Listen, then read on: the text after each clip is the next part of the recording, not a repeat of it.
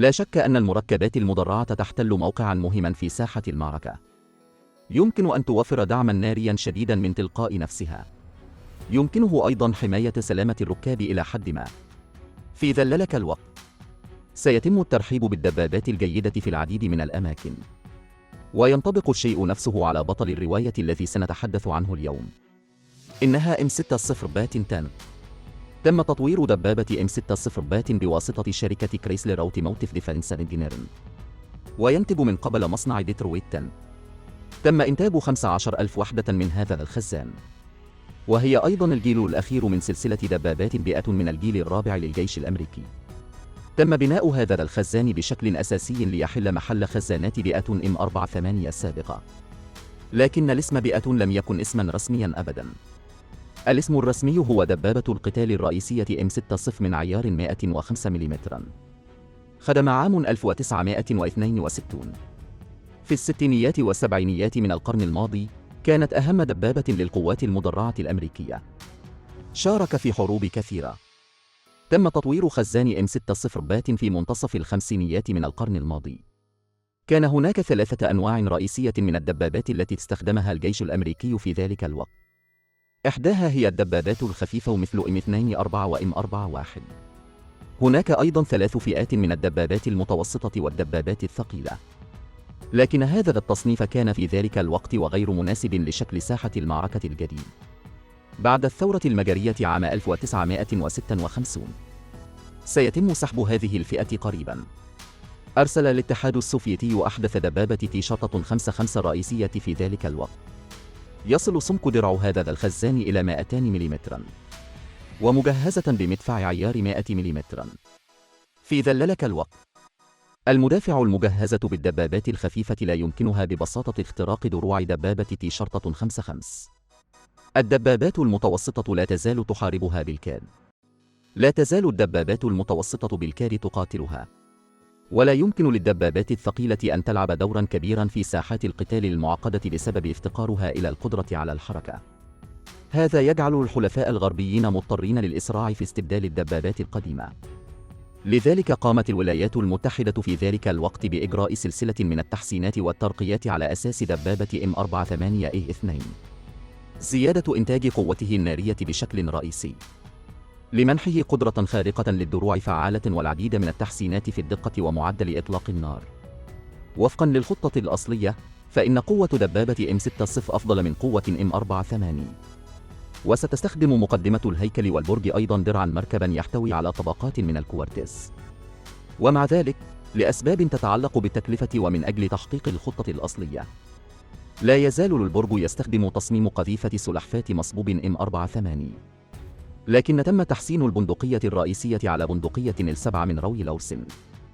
تم تحسينه ليصبح مدفع رشاش M68E1 عيار 105 ملم. لذا فإن إنتاجها من القوة النارية مضمون.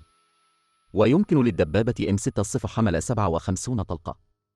تم تجهيز الجزء العلوي من البرج أيضا ببرج مراقبة قائد M19 قابل للدوران. تم تجهيز برج المراقبة بمدفع رشاش ثقيل من عيار 50 M85. على الرغم من أن هذا يسمح للقائد بتشغيل مدفع رشاش تحت حماية الدروع، لكن لها أيضا بعض العيوب، لأن هذا يزيد من ارتفاع دبابة M60. الاختباء خلف الغطاء لديه فرصة كبيرة في الانكشاف. بالإضافة إلى ذلك، فإن مدفعها الرشاش المحوري عبارة عن مدفع رشاش M1919E4.30 مثبت على الرف.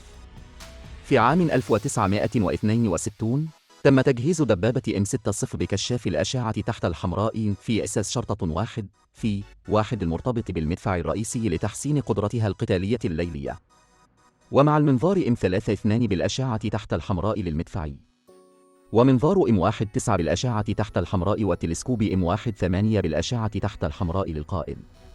هذا مجرد التكوين الأولي. في ذلك الوقت جعلت القوة النارية لدبابات تي-62 السوفيتية من الصعب على الجيش الأمريكي أن يتفادى. لذلك تم إجراء بعض التحسينات على M60. النموذج هو M60E1. في ذلك الوقت كان التركيز على التحسين هو تحسين الدفاع عن البرج. ازدادت المساحة الداخلية أيضا. زادت سعة الذخيرة إلى 63 طلقة. كما تم إصلاح برج المراقبة للقائد M19 لزيادة مجال المراقبة. على الرغم من أن المساحة الداخلية للطراز M60E1 مع البرج الجديد أكثر اتساعاً من برج النموذج الأولي M60، لكن ارتفاع السيارة بأكملها أعلى ويصعب العثور على غطاء. بالإضافة إلى استخدام البرج الجديد، تم أيضاً تحسين الهيكل. درع أمامي عند 65 درجة، أصبح سمك 110 ملم، وتم أيضاً ترقية نظام التشغيل. أصبح تشغيل الخزان أكثر سهولة، وتعد ترقية طراز M60E2 وتحسينه خاصاً جداً في سلسلة باك. على سبيل المثال، تم استخدام مدفع البنادق M1651 يمكن لهذا السلاح الرئيسي إطلاق الصواريخ وكذلك قذائف المدفعية العادية. في الأصل، تم تطوير هذا السلاح الرئيسي لدبابة MBT-70، ومع ذلك، بعد توقف برنامج MBT-70، تم استخدام المسدس الرئيسي في الدبابات الخفيفة M60E2 و M551 شريدان. يتم تشغيل الصاروخ المضاد للدبابات MD-51 الذي يشبه العصا والذي يطلقه هذا السلاح البنادق بواسطة جهاز التحكم عن بعد بالأشعة تحت الحمراء. يمكن للمدفعي ضبط الرؤية البصرية بعد إطلاق الصاروخ، ضمان دقة ضرب الهدف. بالإضافة إلى ذلك، يعتمد الطراز M60E2 على برج مصمم حديثاً. على الرغم من أن البرج لا يزال يلقي، لكن النصف العلوي من البرج أضيق من حلقة البرج. لا يوجد سوى برج بندقية للسائق في الأعلى. توجد الفتحات نصف الدائرية للودر والمدفعي على حلقات البرج اليمنى واليسرى على التوالي. المظهر الجانبي الأمامي للبرج ضيق نسبياً، يقلل من فرص الإصابة من الأمام، كما أنه أخف قليلاً من برج M60E1. يمكن أن يصل المدى الفعال لM60E2 إلى 3000 متر عند استخدام صواريخ MD-51 المضادة للدبابات مثل أعواد الأشجار. كان هذا النطاق في وقت قمع الدبابات السوفيتية. يمكنك اتخاذ خطوة استباقية أمام العدو وتدمير دبابة الخصم. لكن M60E2 له عيوب كبيرة أيضاً، أي عند إطلاق صواريخ MD-51 المضادة للدبابات مثل أعواد الأشجار، يجب أن تتوقف لضمان دقة الضربة. هذا مثل هدف حي بشكل طبيعي. هناك أيضاً الكثير من بقايا الذخيرة التي ستبقى في البرميل بعد إطلاق النار. هذا بلا شك يزيد من مخاطر استخدام. بالإضافة إلى ذلك، عندما يستخدم M60E2 قذائف شديدة الانفجار، فإن دقة إطلاق النار ليست عالية مثل دقة M60E1. هذا أيضاً يقلل بشكل كبير من قدرات المشاجرة. في ذلك الوقت، تخطط الولايات المتحدة لدمج حوالي 10 طائرات M60E2 في كل كتيبة مدرعة من طراز M60E1. وكان نموذج M60E3 المحسن ذو الأداء الأعلى يعتبر نموذجاً انتقالياً قبل الخدمة الجماعية لخزان M1 الأمريكي. واشترت تايوان ومناطق أخرى هذا الطراز من دبابة M60 بات. أكبر ميزة لهذا الخزان هي تحسين نظام التحكم في الحرائق. إنها تستخدم جهاز تحديد المدى الليزري FPD-2 من هيوز ليحل محل محدد المدى البصري الأصلي. يمكن أن يكمل محدد المدى بالليزر هذا النطاق الدقيق في وقت قصير، مما يوفر الكثير من الوقت. مستشعر الرياح المستعرضة المثبت متصل بالحساب الباليستي M21. يسمح بنقل الرقم المقاسي بسرعة إلى كمبيوتر M21. يمكن لهذا النظام تحسين أداء الخزان بشكل كبير. بعد ذلك وفي عام 1980 تم إطلاق إصدار M603 TS آخر. يستخدم هذا النموذج التصوير الحراري للرؤية الليلية. هذا يسمح له بالبحث عن الأهداف ومهاجمتها دون الاعتماد على الأضواء. كانت هذه القدرة قوية جدا أيضا في ذلك الوقت، وهي أيضا آخر دبابة رئيسية من سلسلة بيئات في الخدمة مع الجيش الأمريكي.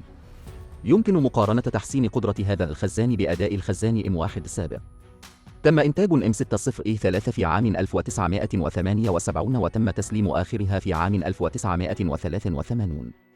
على الرغم من أن هذا الخزان كان نسخة انتقالية من الخزان الرئيسي M1 في ذلك الوقت، على الرغم من أن أداؤها كان أضعف من بعض الدبابات المتقدمة في ذلك الوقت، ولكن يمكن القول أن بعضا من أدائها قوي للغاية، قادرة على الضربات بعيدة المدى.